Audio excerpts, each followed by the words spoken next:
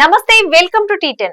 శ్రీలంక మరో చరిత్ర సృష్టించింది. గురువారం జరిగిన 10వ పార్లమెంటు ఎన్నికల్లో జనతా విముక్తి పెరమున జేవీపీ ఎన్పీపీకి ప్రజలు 3/2 మెజారిటీతో అఖండ విజయం చేకూర్చారు.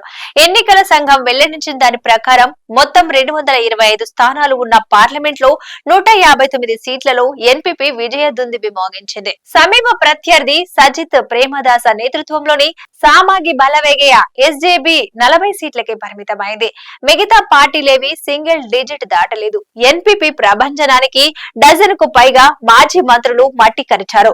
దేశాధ్యక్షులు అనురాగ్ కుమార దిశనాయకే ఆర్థిక రాజకీయ రంగాల్లో తేనున్న మార్పులకు శ్రీలంక ప్రజలు పూర్తి మద్దతు పలికారు. తమిళులు అధికంగా ఉండే ఉత్తర తూర్పు ప్రాంతాల్లో సైతం ఎన్పీపీ స్పష్టమైన ఆధిక్యత సాధించడం ద్వారా తనపై ఉన్న సింహల జాతీయవాది అన్న ముద్ర తొలగించుకున్నట్లయింది. ఎన్నికల ప్రచారంలో ఒక జాతికి వ్యతిరేకంగా మరొక జాతిని ఎగదోసే విచ్ఛిన్నకర రాజకీయాలకు కాలం చెల్లిందని, దేశం ముందున్న గడ్డు సవాళ్లను అందరము కలిసి ముందుకు సాగుదామని దేశాధినేత దిశనాయకే ఇచ్చిన పిలుపునకు ప్రజలు సానుకూలంగా స్పందించారు.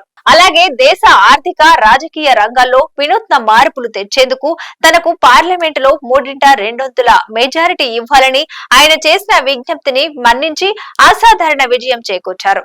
బండ్లు ఓడలవుతాయి, ఓడలు బండ్లు అవుతాయన్న నానుడి నిజం చేస్తూ గత పార్లమెంటు ఎన్నికల్లో కేవలం 3 స్థానాలకే పరిమితమైన లెఫ్ట్ కూటమి ఈసారి 160 సీట్లు సాధించగా, గత పార్లమెంట్ లో 145 సీట్లు కలిగి ఉన్న మాజీ అధ్యక్షులు మహింద రాజపక్స నేతృత్వంలోని శ్రీలంక పీపుల్స్ ఫ్రంట్ ఈసారి 2 సీట్లతో సరిపెట్టుకుంది. గతసారి 54 స్థానాలు సాధించిన ఎస్జేపీ పార్టీ ఇప్పుడు 40 స్థానాలతో సరిపెట్టుకుంది. రెండవ అతిపెద్ద పార్టీ అదే కాబట్టి ప్రతిపక్ష హోదా దక్కించుకుంది. ఇక దేశాధ్యక్ష ఎన్నికల్లో ఘోర పరాజయాన్ని చవిచూసిన పూర్వ అధ్యక్షులు రనిల్ విక్రమ్ సింఘే పార్లమెంటు ఎన్నికల్లో పోటీ చేసే సాహసం చేయలేదు. ఆయన నాయకత్వంలోని డెమోక్రటిక్ ఫ్రంట్ పోటీ చేసి 4 స్థానాలు మాత్రమే గెలుచుకోగలిగింది.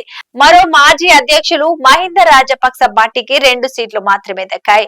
1948లో బ్రిటిష్ వారి నుండి స్వాతంత్ర్యం పొందిన తరువాత గత 7 దశాబ్దాలుగా దేశాన్ని ఏలుతూ వచ్చిన ప్రధాన సాంప్రదాయక పార్టీలకు ప్రజలు కీలెరిగి వాత పెట్టారు.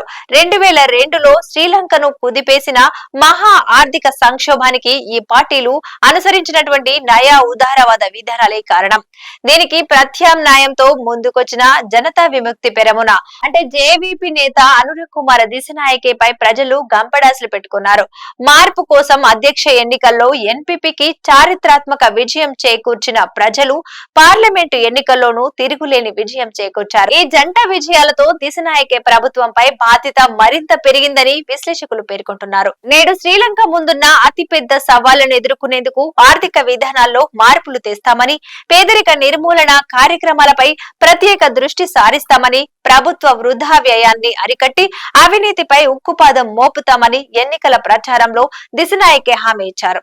అయితే వాటిని నిలబెట్టుకోవడం పైనే ఎన్పీపీ భవిష్యత్తు ఆధారపడి ఉంది. 2019లో ఏర్పాటైన ఎన్పీపీకి పార్లమెంటులో తిరుగులేని మెజార్టీ ఉన్నందున ఇంకెంత మాత్రం జాప్యం చేయకుండా దిశనాయకే తన ప్రజానుకూల ఎజెండాతో ముందుకు సాగాలి. ఇప్పుడు ఆయన ముందున్న మొదటి సవాల్ $290 కోట్ల IMF బెయిలౌట్ ప్రణాళికను తిరగదోడటం, అలాగే భారత్ చైనాలతో సంబంధాల్లో సమతూకం పాటించడం కూడా విదేశాంగ విధానంలో ఒక ముఖ్యమైన అంశం.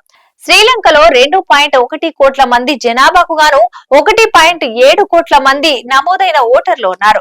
అధ్యక్ష ఎన్నికల్లో 80% మంది ఓటు వేయగా ఇప్పటి ఎన్నికల్లో 70% ఓటింగ్ పడిపోయింది. ఇదే వాల్టి న్యూస్. చూస్తూనే ఉండండి టీ10.